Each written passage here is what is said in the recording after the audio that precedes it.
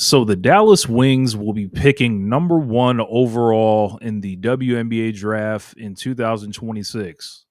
If there is a draft, if there is a league, if there is a 2026, we'll get to that later. But we're gonna operate in the sense of a perfect world. Everything gets settled, and we'll operate with that mentality. So the Dallas Wings are getting the top pick, much to the I would imagine joy of Paige Bueckers fans everywhere.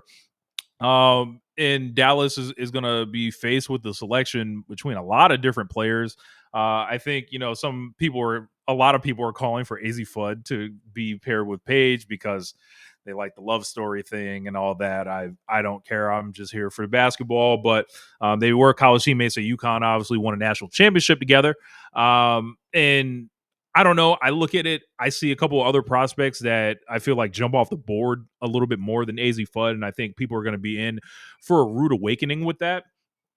Great shooter on her behalf, but I think they definitely are going to need size. They pretty much need everything that isn't Paige Bueckers at this point. Um, so the Dallas Wings get the number one pick. Number two will be the Minnesota Lynx. Number three will be Seattle Storm. Fourth is the Washington Mystics. Five will be the Chicago Sky. 6 and 7 will be fought over between the Toronto Tempo and the Portland Fire at a later date. Number 8 will be the Golden State Valkyries. Number 9 will be the Mystics via the Seattle pick. Number 10, Indiana Fever. 11, the Washington Mystics again. 12, Connecticut Sun. 13, the Atlanta Dream. 14, Seattle Storm. And 15, Connecticut Sun. So see the Storm and the Mystics and Sun each with multiple picks. The Toronto Tempo and Portland Fire are getting in the mix. And you look at the Wings, they've got the opportunity to take Awa Pham, who is a 6'4" center from Spain, can shoot, and she's like, she's young, and it's almost like with the Malunga pick last year, she's like this year's version. I caught a couple of highlight reels of her, very skilled player, and her priority is the WNBA. So you're going to see a lot of lists pop up without her on it. I think guys should be made aware of Awa Pham. And I think she's going to end up as the number one pick and piss a lot of UConn fans off and the UConn Mafia and, your WNBA old guard, people who just want AZ Fudd and Paige to link back up. I don't think that's happening. Lauren Betts is before, is the 6'7" center from UCLA. Seems like she would fit right in Minnesota with, Alana Smith, either, to eventually succeed her or, even, use her to bring her along and just give them more size. That is one thing that seemingly does the Lynx in. They are an undersized team. Collier's playing up. Alana Smith is having to deal with, the bigs and do all the banging and everything like that. Betts would actually be like a really great answer for her. So if she can somehow like develop, a 3-point shot, I think she will be very useful in that offense. Olivia Miles, they have her projected to go third. I remember last year when she was set to come out, there was a lot of talk whether the Storm would get her. So she, happened to go back to school again, and it looks like the Storm is going to end up probably targeting her again. You know, I think Miles is really good passer, flashy player, and I think that the Storm, you could use a young guard on the same timeline as Malunga. AZ Fudd to the Mystics. You know, AZ Fudd is a great shooter, but man, Sonia Cintron was impressive last year. So, is she going to have to turn into more of a ball handler? I don't know. Is she going to have to like get her own shot? I don't know. I think that Washington, they just need talent wherever they can get it, and they're super young and they're well coached.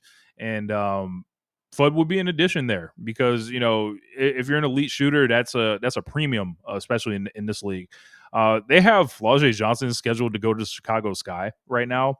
I don't think that's a good idea because every time her and Angel Reese talk about each other now, it's like they're not friends, they're not associates. They like something went wrong with them. Now, if the Sky end up moving Angel or anything like that, I say pick Flau'jae all day. I think she's a star. I think she has a great crossover appeal with her rap ability. I think she's a excellent one-on-one player, a tad bit undersized, but competitive as hell. And she's gone through playing for Kim Mulkey. I think she's spectacular. I honestly would love to see her as an Indiana Fever personally, but I don't think they're going to be in position to get her.